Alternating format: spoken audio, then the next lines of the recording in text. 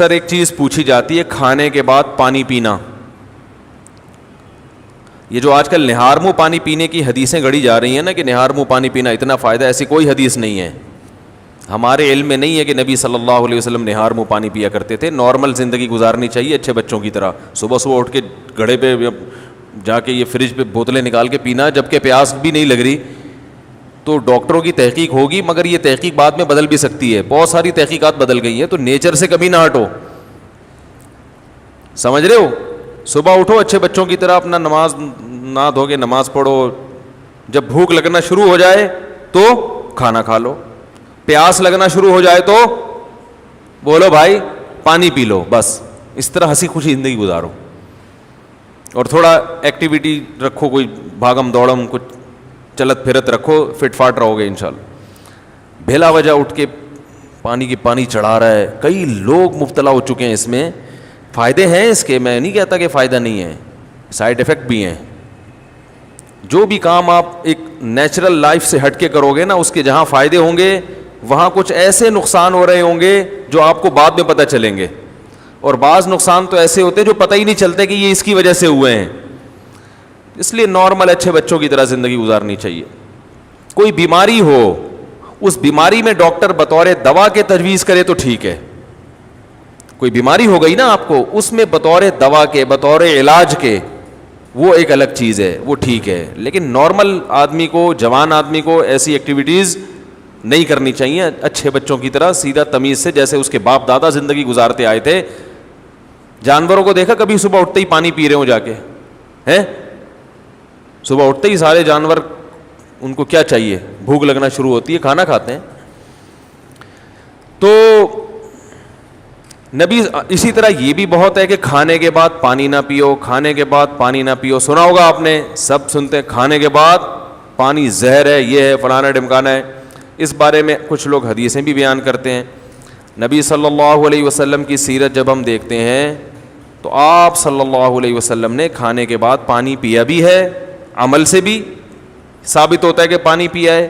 اور نبی صلی اللہ علیہ وسلم نے جو قولی حدیث ہے اس سے بھی پتہ چلتا ہے کہ کھانا اور پانی ساتھ ساتھ ہیں. ابھی آدھا کلپ نہ بنانے, پورا ہونے دیں, تو ایسا نہ ہو آدھا کاٹ کے پیش کر دے.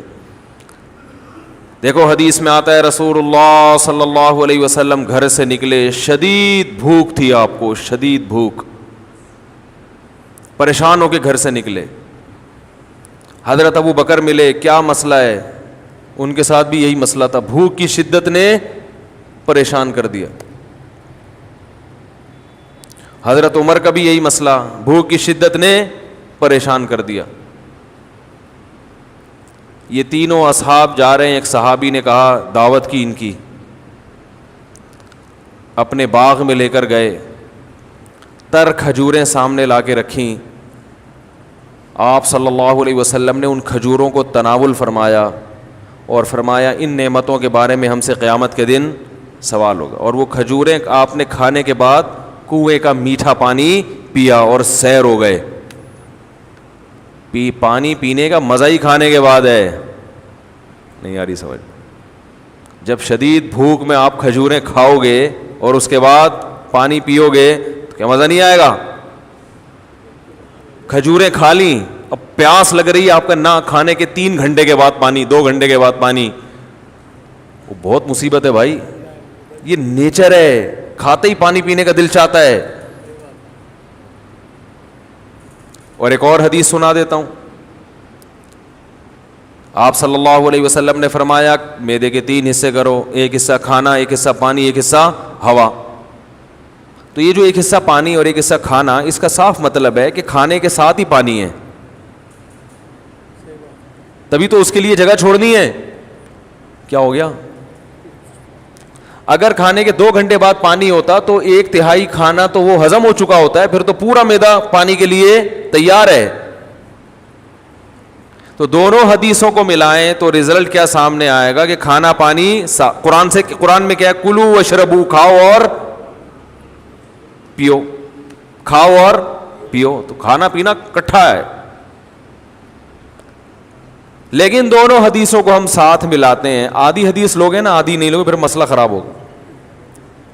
دونوں کو ساتھ ملاتے ہیں. ایک حدیث میں آ رہا ہے کھانے کے بعد آپ نے پانی پیا, اور کھجور کے بعد, جس میں عام طور پہ منع کیا جاتا ہے.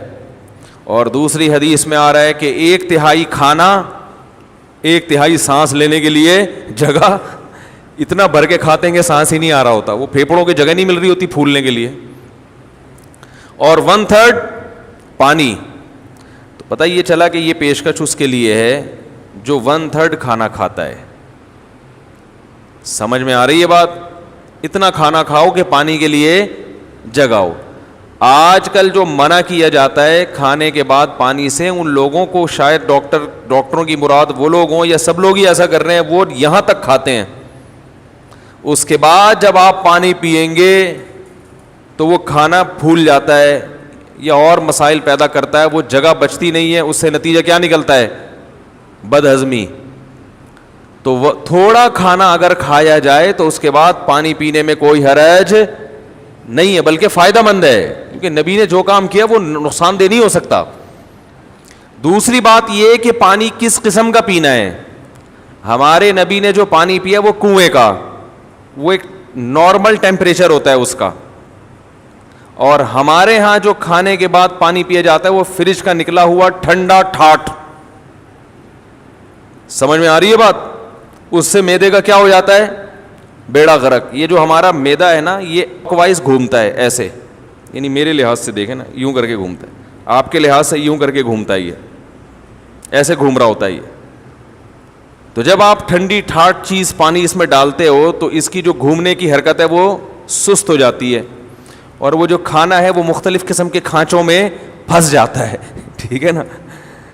جیسے ایک چیز گھوم رہی ہو نا, کوئی چکی ہے جو اپنے گھوم رہی ہے, پیس رہی ہے, تو ظاہر ہے فرق پڑتا ہے نا, اس کی رفتار سلو ہو جائے تو معدے کی رفتار ٹھنڈے ہونے کی وجہ سے کیا ہو جاتی ہے, تو اس سے قبض ہوتا ہے اور درجنوں بیماریاں پیدا ہوتی ہیں.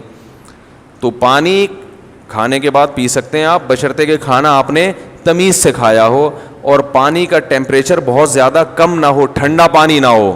سمجھ رہے کہ نہیں سمجھ رہے؟ تو اس بارے میں جو حدیثیں پیش کی جاتی ہیں نا کھانے کے بعد پانی نہ پینا, وہ صحیح نہیں ہے. اور اگر گرم پانی پیا جائے جو چولہے کا گرم ہو, وہ تو ہاضمے میں اور مدد دیتا ہے, جو قہوہ جسے کہتے ہیں, وہ تو اور تھوڑی مدد دیتا ہے ہاضمے میں. لیکن میں نوجوانوں کو کہتا ہوں وہ نہ پئیں, تمیز سے زندگی گزاریں, بس پانی پئیں آرام سے. Thanks for watching.